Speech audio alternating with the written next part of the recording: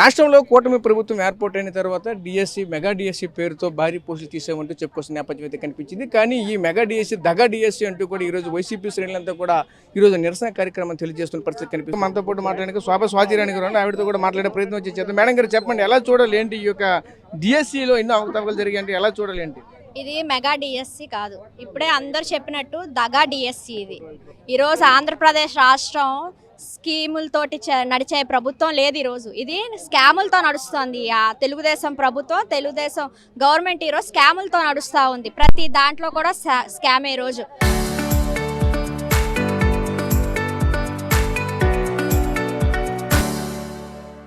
శాండ్లో scam, ల్యాండ్లోని, ఈరోజు వైన్లోని, liquor కేసులు, registration కేసులు, ఇలాంటి పోస్టులు, గవర్నమెంట్ పోస్టులు ఇచ్చే దాంట్లో కూడా ఈరోజు ప్రతి దాంట్లో కూడా స్కాము.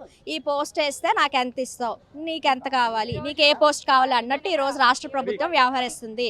ఇచ్చిన ప్రభుత్వం ఏదైతే ఈరోజు ఉద్యోగాలు ఉన్నాయో వాళ్ళందరి మెరిట్ లిస్ట్ కూడా బయట పెట్టండి అని మేము న్యాయపరమైన పోరాటం ఈరోజు చేస్తూ ఉన్నాం.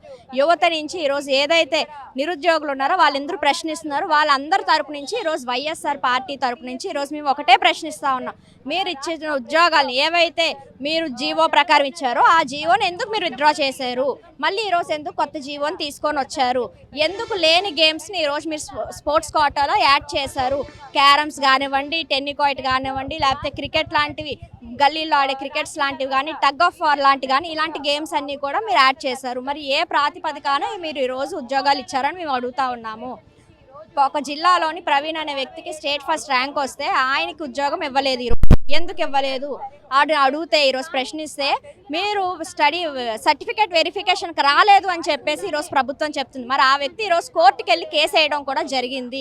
కాబట్టి ఈరోజు రాష్ట్ర వ్యాప్తంగా కూడా నిరుద్యోగులందరూ ఎవరైతే ఆ రోజు డిఎస్సి ఎగ్జామ్ రాశారో వాళ్ళందరూ కూడా ఈరోజు రోడ్డు మీదకి వచ్చే పరిస్థితి ఈ ప్రభుత్వం తీసుకొని వచ్చింది. కాబట్టి ఇప్పటికైనా మీరు కళ్ళు తెరిచి మీరు ఏదైతే హామీలు చెప్పారో ఆ హామీలు నెరవేర్చాలని, ఈరోజు నిరుద్యోగులకి అవకాశం కల్పించేలా వాళ్ళు పారదర్శకంగా, ట్రాన్స్పరెన్సీగా మీరు ఈ ఉద్యోగాలను భర్తీ చేయాలని చెప్పేసి మేము వైఎస్ఆర్సీపీ పార్టీ తరపు నుంచి డిమాండ్ చేస్తున్నాం. దీన్ని సిబిఐ ఎంక్వైరీ కూడా వేసి మీకు నిజాయితీ ఉంటే, నీతి నిజాయితీ ఉంటే, మీ ప్రభుత్వం మీద చిత్తశుద్ధి ఉంటే, ప్రజలకి బాగు చేయాలనే ఉద్దేశం మీకు ఉంటే, ఎవరైతే ఈ స్కామ్కి పాల్పడ్డారో వాళ్ళని తక్షణమే ఈ పదవుల నుంచి తొలగించాలని చెప్పేసి మేము డిమాండ్ చేస్తా ఉన్నాం. అదేవిధంగా ముఖ్యంగా మనం చూసుకుంటే కూటమి ప్రభుత్వం ఏర్పాటు అయిన తర్వాత ఇచ్చిన హామీలన్నీ కూడా నెరవేర్చారంటారా? ఇంతవరకు ఎటువంటి ఏవైనా సరే ప్రజలు చూస్తూ ఉంటే నెరవేర్చారంటూ కూడా ఇప్పటికే చెప్పుకోసే పరిస్థితి ఆ విధంగా ఏమైనా కనిపిస్తూ ఉందా? మీరు సూపర్ 6 అన్నారు. ఈరోజు ఒక ఫెయిల్యూర్ పథకాలన్నీ కూడా, ఈరోజు ఫీజు రియంబర్స్మెంట్ లేదు, రైతులకు రుణమాఫీ ఇస్తా అన్నారు లేదు, మహిళలకు ఇస్తామన్న పథకాలు లేవు, బస్సు అన్నారు, ఫ్రీ బస్ అన్నారు, మహిళలకు నీకు 1500 నీకు 1500 అన్నారు, ఇస్తా అన్నారు, అది ఇవ్వలేదు. ఈరోజు ఏ కార్యక్రమం చూసుకున్నా ఈరోజు కొత్త పెన్షన్లు ఎక్కడిచ్చారండి? జిల్లాలోని ఏ రాష్ట్రంలో ఎక్కడైనా కొత్త పెన్షన్లు ఇచ్చారా?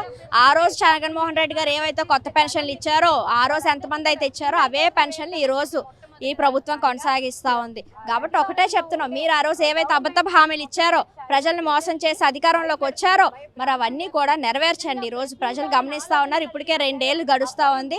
ఈరోజు ఈ మహాకూటమి ఏవైతే నాయకులు ఆ రోజు హామీ ఇచ్చారు, ఈరోజు ప్రభుత్వంలోకి వచ్చారో అబద్ధాలు హామీ ఇచ్చి ప్రజలను మోసం చేస్తూ ఉన్నారు. ఇటు రైతు విభాగాన్ని కానివ్వండి, విద్యార్థులు కానివ్వండి, మహిళలు కానివ్వండి, ఉద్యోగస్తులు కానివ్వండి, యువతను కానివ్వండి, ఈరోజు ప్రతి ఒక్కరిని కూడా మోసం చేస్తూ ఉన్నారు. ఇస్తామన్న పథకం ఏది కూడా ఈరోజు ఈ రాష్ట్రంలో ఇవ్వలేదు. ఇచ్చిన ఈ 20 ఏళ్ళు ఉద్యోగాల్లో కూడా ఎన్నో అవకతవకలు జరుగుతూ ఉన్నాయి. ఈరోజు ప్రజలందరూ కూడా చూస్తారు. ప్రజలు గ్యారంటీగా మీకు బుద్ధి చెప్తారు. ప్రజలు ఈరోజు అన్ని విభాగాల్లో కూడా పార్టీలకు అతీతంగా ఈరోజు అందరూ కూడా రోడ్డు మీదకి వస్తూ ఉన్నారు. ఇప్పటికైనా బుద్ధి తెచ్చుకొని ఈ మెగా డిఎస్సిని దగా డిఎస్సిగా కాకుండా పారదర్శకంగా ఇవ్వాలి అని చెప్పేసి మేము డిమాండ్ చేస్తూ ఉన్నాం. కూటమి ప్రభుత్వం వచ్చిన తర్వాత గిరిజనులకు పెద్దపీట వేస్తామంటూ చెప్పుకోవాల్సిన పరిస్థితి కనిపించింది. ఈరోజు చూసుకుంటే అటువంటి పరిస్థితులు ఇప్పుడు ఏమైనా కనిపిస్తూ ఉన్నాయా? గిరిజన బిడ్డలకు ఇప్పుడు కూడా నీరు అందకుండా చాలా మంది ఊటకుంటలో నీరు తోడుకున్న పరిస్థితి కనిపిస్తుంది. ఎలా చూడాలి ఏంటిది? గిరిజన న్యాయం. నేను ఒక గిరిజన మహిళగా, అనంతగిరిలో పుట్టి పెరిగిన ఒక అమ్మాయిగా నేను చెప్తా ఉన్నా. ఆ రోజు జగన్మోహన్ రెడ్డి గారు ముఖ్యమంత్రి అయిన తర్వాత ఒక ట్రైబల్ వెల్ఫేర్ మినిస్టర్ ఇచ్చారు. ఆ రోజు గడిచిన 14 నుంచి 19 ఏళ్ళు ఒక ట్రైబల్ మినిస్టర్ పదవే ఇవ్వలేని పరిస్థితి ఆ రోజు మనం చూసాం. లాస్ట్ 6 నెలల్లోని మన అరకు శ్రావణ్ గారు తండ్రి చనిపోతే అప్పుడు శ్రావణ్కి ట్రైబల్ వెల్ఫేర్ మినిస్టర్ ఇచ్చారు. అంటే ఈరోజు జగన్మోహన్ రెడ్డి గారు ఆ రోజు ప్రభుత్వంలో ఉండేటప్పుడు గిరిజన కార్పొరేషన్ చైర్మన్ కానివ్వండి, ట్రైకార్ చైర్మన్ కానివ్వండి, డైరెక్టర్స్ కానివ్వండి, లేకపోతే ఒక డిప్యూటీ సీఎంగా మన జిల్లాలో చూసుకుంటే పుష్పశ్రీవాణి గారు కానివ్వండి, రాజన్నదొర గారు కానీ గిరిజనులకి పెద్దపేట వేశారు. మన కురుపాంలో ఇంజనీరింగ్ కాలేజ్ కానివ్వండి, ట్రైబల్ యూనివర్సిటీ కానివ్వండి, లేకపోతే 17 మెడికల్ కాలేజీలు. అలాంటిది మా పాడేరు ఏఎస్ఆర్ జిల్లా ఆ అరకు పాడేరులో ఎవరికైనా ఒంట్లో బాగోపోతే వైజాగ్ 1000 కిలోమీటర్లు వచ్చే పరిస్థితి ఉంది. ఈరోజు పాడేరు లాంటి గ్రామం గిరిజనుల కోసమే అక్కడ ఒక ప్రభుత్వ హాస్పిటల్ కూడా పెట్టడం జరిగింది. మరి ఆ రోజు చేసింది జగన్మోహన్ రెడ్డి గారు గిరిజనుల కోసమా, లేకపోతే ఈ రోజు చేసింది గిరిజనుల కోసం అని మేము అందరం కూడా ప్రశ్నిస్తూ ఉన్నాం. అంటే పెద్ద ఎత్తున మీ చాలా ఎన్నో పథకాలు చేసాము, ఎన్నో ఇస్తున్నామని చెప్తున్నారు. అసలు కనిపిస్తున్నాయి, గ్రౌండ్ లెవెల్లో కనిపిస్తున్నాయా అవి? ఇప్పుడు మీరు చెప్పిందంతా కూడా జగన్మోహన్ రెడ్డి ఇచ్చినటువంటి ఏవైతే ఆనాడు ఒక శాఖల వైజ్గా ఇచ్చినటువంటి పదవుల కోసం చెప్పారు, ఆ విధంగా గ్రౌండ్ లెవెల్లో జరుగుతున్నాయా? ఎక్కడ కూడా జరగట్లేదండి. మేము అదే చెప్తున్నాం. ఈరోజు గ్రౌండ్లో మీరు ఇచ్చిన పథకాలు ఉంటే ఈరోజు యువత అంతా ఎందుకు రోడ్డు మీదకి వచ్చారు? ఆ రోజు రైతులందరూ రోడ్డు మీదకి ఎందుకు వచ్చారు? ఫీజు రీఎంబర్స్మెంట్ కావాలంటే కాలేజ్ విద్యార్థులు అందరూ ఎందుకు ధర్నా చేశారు?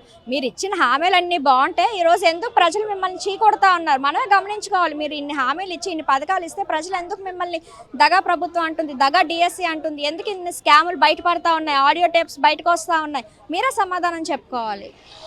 Thank you. సో చూసాం కదా, ముఖ్యంగా ఒకటే చెప్పుకోవాల్సిన పరిస్థితి కనిపిస్తూ ఉన్నాయి. ఏదైతే ఈ కూటమి ప్రభుత్వం ఏర్పాటైన తర్వాత ముఖ్యంగా మనం చూసుకుంటే ఏదైతే ముఖ్యంగా మొదటి సంతకం చేసినటువంటి డిఎస్సికి సంబంధించి ఎన్నో అవకతవకలు అయితే జరిగాయి. ముఖ్యంగా స్పోర్ట్స్ కోటాకి సంబంధించినటువంటి పోస్టులన్నీ కూడా అక్రమంగా అమ్ముకున్నారంటూ కూడా తీవ్రమైన ఆరోపణ చేస్తున్న పరిస్థితి కనిపిస్తూ ఉన్నాయి. అదేవిధంగా ఎస్టీకి సంబంధించినటువంటి చూసుకుంటే నిధులన్నీ కూడా దుర్వినియోగం చేస్తున్నారు తప్ప కానీ ఎటువంటి అభివృద్ధి కూడా జరగట్లేదంటూ కూడా సో ఒకవైపు ఆవేదన ఆందోళన వ్యక్తం చేసిన పరిస్థితి కనిపిస్తూ ఉన్నాయి. కెమెరా పర్సన్ నాయుడుతో రాజేష్, ఆర్టీవీ, విజయనగరం.